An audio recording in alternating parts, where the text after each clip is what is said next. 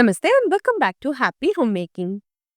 Daily चूज को आसान बनाने के लिए हम होम मेकर्स हमेशा तरह तरह की चीजें ट्राई करते रहते हैं और उनमें से सबसे इम्पोर्टेंट होते हैं घर और किचन में यूज होने वाले बेसिक टूल्स। अभी मार्केट में ऑप्शंस की कमी तो है नहीं, तो हम अक्सर कंफ्यूज्ड होकर ऐसी चीजें चूज कर लेते हैं जिससे काम आसान होने की बजाय और भी ज्यादा कॉम्प्लिकेटेड हो जाता है। पैसे बर्बाद होते हैं और गिल्ट फीलिंग तो इसके साथ फ्री आता है ना। इसीलिए डेली यूज होने वाले बेसिक टूल्स चूज करने के टाइम हमें सबसे ज्यादा केयरफुल होने की जरूरत है। आज इस वीडियो में आपके साथ शेयर करेंगे ऐसे ही कुछ बेसिक चीजें जो कि आपको हैसल फ्री होम मेकिंग में जरूर हेल्प करेंगे। वीडियो पसंद आए तो इसे लाइक करना और चैनल पर अगर नए हैं तो सब्सक्राइब करना बिल्कुल ना भूलें। तो चलिए शुरू करते हैं आज का वीडियो।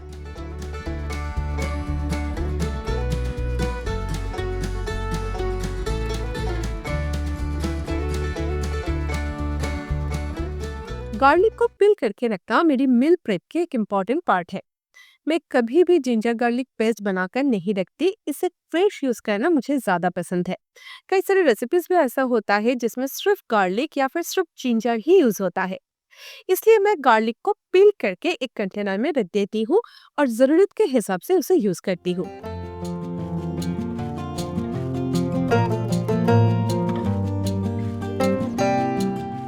अभी थोड़ा सा गार्लिक पेस्ट करना भी मुश्किल होता है, उखली यूज करती हूँ तो बाहर गिरने लगता है। इसलिए मैं अपने कन्वीनियंस के लिए दो डिफरेंट तरह के गार्लिक क्रशर ऑर्डर की थी। पहला क्रशर कार्व शेप की है। हाई क्वालिटी स्टेनलेस स्टील के क्रशर के साथ स्ट्रॉन्ग बैकलाइट हैंडल दिया हुआ है। थोड़ा सा प्रेस करते ही सारे गार्लिक इजीली क्रश हो जाता है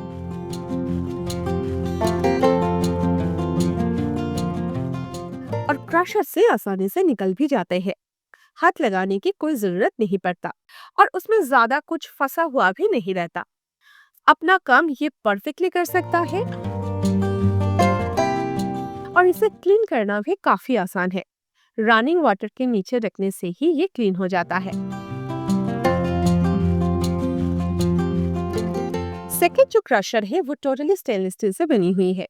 ये एक प्रेस क्रशर है।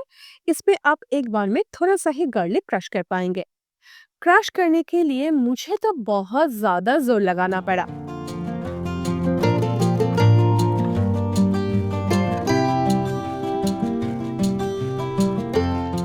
और गार्लिक भी इसमें फंसा हुआ ही रह गया, खुद से निकलकर नहीं आया।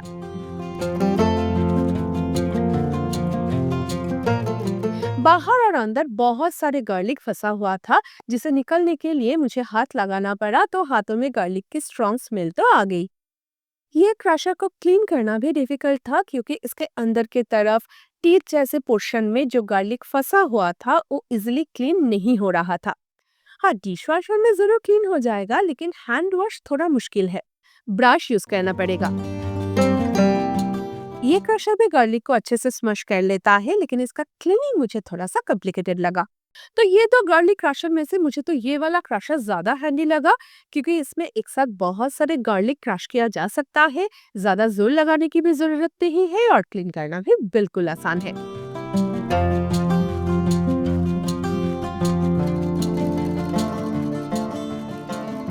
किचन को अगर आप डेकोरेट करके रखना पसंद करते हैं तो हमेशा फंक्शनल डेकोर आइटम चूज किया कीजिए। सेरामिक कंटेनर्स किचन में कुछ अलग ही एलिगेंस ऐड करता है, लेकिन सेरामिक जार्स में जब भी इन्वेस्ट करें तो ट्राई करना कि वो एयर टाइट हो, उसके लीड में गैस्केट्स अटैच्ड रहे। अगर इस तरह के सेरामिक जार्स खरीदेंगे तो उससे एज अ कंटेनर यूज नहीं कर सकते, वो इस तरह से सिर्फ डेकोर पीस होकर ही रह जाएगा। लेकिन अगर एयरटाइट सेरामिक जार्स यूज करेंगे तो वो डुअल पर्पस सर्व करेगा, कंटेनर्स भी डेकोर भी। सेरामिक जार्स के प्राइस थोड़ा हाई होता है लेकिन घर भी एक दिन में कहाँ बनता है ना। थोड़ा थोड़ा इन्वेस्ट करके घर सजाएंगे तो आपका मनपसंद तरीके से आपका घर जरूर खिल उठेगा।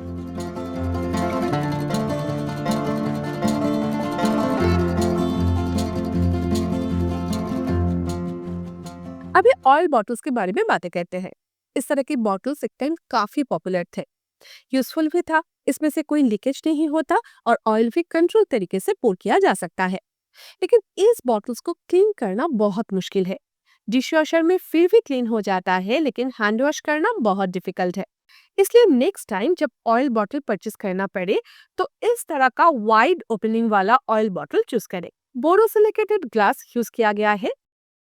इसका नोजल के साथ एक टिल्टेड स्पाउट है for easy and measured oil pouring. Airtight lead है तो लीड के पास से भी कोई भी लीकेज नहीं होगा। लीड के साथ अटैच्ड ये गार्ड रिंग पोरिंग के टाइम ऑयल स्पिलेज को प्रिवेंट करता है और ये होल से एक्सेस ऑयल बॉटल के अंदर वापस चला जाता है। नोजल गार्ड भी मिल जाता है और इसे क्लीन करना भी बहुत आसान है। डिश लिक्विड डालकर शेक करने से ही ये क्लीन हो जाता है, लेकिन अगर जरूरत हो तो किसी भी तरह की रेगुलर ब्रश यूज करके भी इसे क्लीन किया जा सकता है।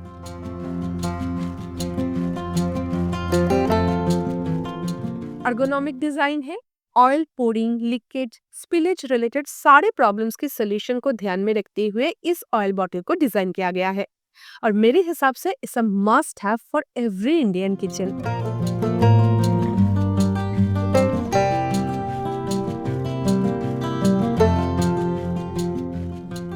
किसी भी बोल को एयरटाइट करके कवर करने के लिए इस तरह के सिलिकॉन कवर काफी पॉपुलर है,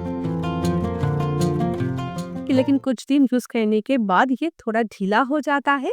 कभी कभी बोल्स के साथ ठीक से अटैच नहीं हो पाता, स्लिप करके निकल जाता है।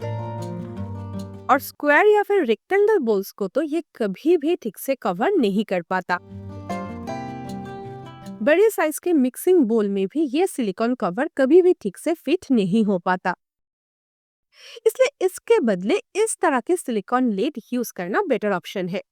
सेट ऑफ 5 का है, 5 इंचेस टू 9 इंचेस डायमीटर में अवेलेबल है। ये लीड डिफरेंट साइज के बोल के साथ कंपैटिबल है और टोटली एयरटाइट है।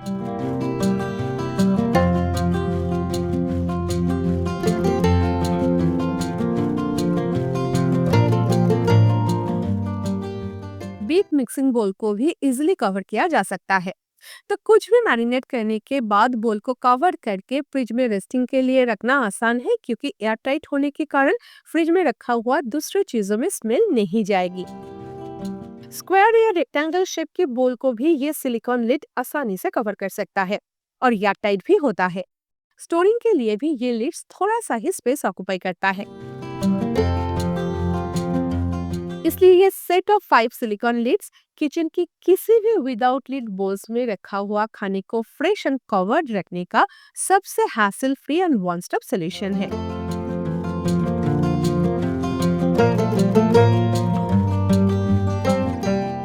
किचन टाइम सेव करने के लिए डिफरेंट टाइप के अप्लायंसेस जरूर यूज किया कीजिए, लेकिन अप्लायंसेस ऐसा चूज करें जिसे क्लीन करना आसान हो। जैसे कि ब्रेकफास्ट में सैंडविच हम सब पसंद करते हैं, लेकिन सैंडविच बनाने के बाद सैंडविच मेकर को क्लीन करना बहुत मुश्किल का काम है, क्योंकि उसे नॉर्मली एंड इजीली क्लीन नहीं किया जा सकता। बहुत प्रॉब्लम होता है। इसलिए नेक्स्ट टाइम ऐसा सैंडविच मेकर चूज करें जिसका प्लेट्स डिटैचेबल हो, ताकि आप इजीली उसे डिशवॉशर में डाल सके या फिर हैंड वॉश कर सके।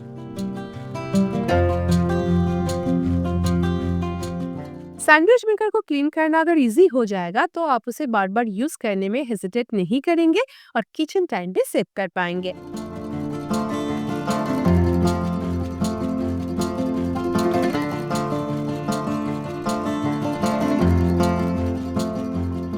मॉप बकेट चूज करने के टाइम स्टील स्पिनिंग बकेट कभी ना चूज करें।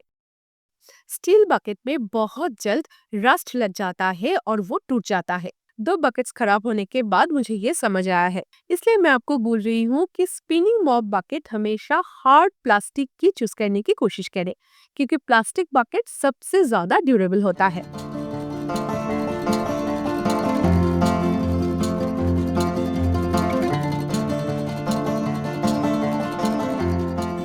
खाने में ऑयल ब्रश करने के लिए इस तरह का ऑयल ब्रश कंटेनर काफी पॉपुलर है, लेकिन एक बार ऑयल ब्रश करने के बाद जैसे ही हम ऑयल कंटेनर में इस ब्रश को डिप करते हैं तो फूड पार्टिकल्स ऑयल में चला जाता है और ऑयल को गंदा कर देता है। हर बार यूज करने के बाद ब्रश या बॉटल को क्लीन करना भी पॉसिबल नहीं होता। इसलिए इस तरह के ऑयल ब्रश विद कंटेनर में इन्वेस्ट ना करके एक नॉर्मल सिलिकॉन ब्रश में इन्वेस्ट करें, जिसे इजिली क्लीन किया जा सकता है।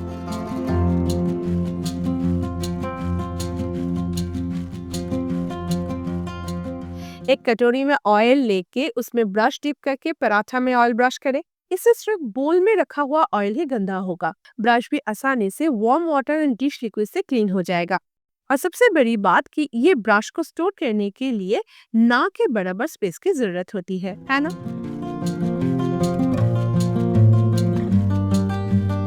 कुकिंग से भी ज्यादा टाइम वेजिटेबल्स को चॉप करने में लग जाता है, तो किचन टाइम को कम करने के लिए चॉपर यूज करना काफी आम बात है, चाहे वो मैनुअल चॉपर हो या फिर इलेक्ट्रिक चॉपर। मैनुअल चॉपर के कंपैरिजन में इलेक्ट्रिक चॉपर ज्यादा हैंडी होता है क्योंकि मेहनत और टाइम दोनों ही कम लगता है। लेकिन इस तरह के चॉपर का जो कंटेनर है वो नॉर्मली प्लास्टिक की ही होती है, तो माइक्रो प्लास्टिक कंज्यूम करने की डर आप अवॉइड नहीं कर सकते। इसलिए नेक्स्ट टाइम ना स्टील चॉपर में इन्वेस्ट करने की कोशिश करें। गुड क्वालिटी की स्टील चॉपर यूज करने से किसी भी तरह की हेल्थ इश्यूज आप अवॉइड कर सकते हैं। इसके साथ एक एयर टाइट लीड भी मिल जाता है, तो बचा हुआ वेजिस को ओरी फ्री स्टोर भी किया जा सकता है।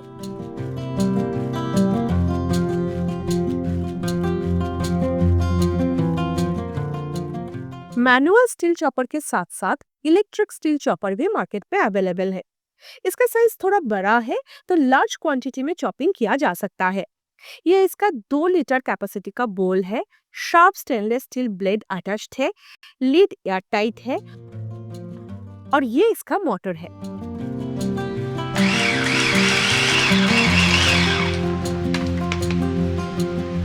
वेजेस अच्छा खासा कम टाइम में चॉप हो जाता है और माइक्रोप्लास्टिक कंज्यूम करने का डर भी नहीं रहता। दोनों स्टील चॉपर ही बहुत यूजफुल है, तो अगर आप प्लास्टिक चॉपर यूज करने से हेजिटेट करते हैं तो किचन टाइम सेव करने के लिए ये 2 स्टील चॉपर जरूर ट्राई करके देख सकते हैं।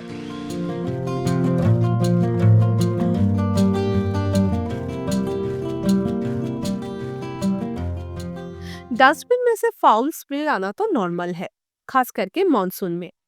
इसलिए मैं इस बार नॉर्मल गार्बेज बैग के बदले परफ्यूमेटेड गार्बेज बैग परचेज किया है। इसमें एक बहुत माइल्ड स्मेल है जो कि डस्टबिन की फाउल स्मेल को डिफ्यूज कर सकता है। काफी डिसेंट साइज की बैग है, स्टैंडर्ड साइज की डस्टबिन में इजिली फिट आ जाता है।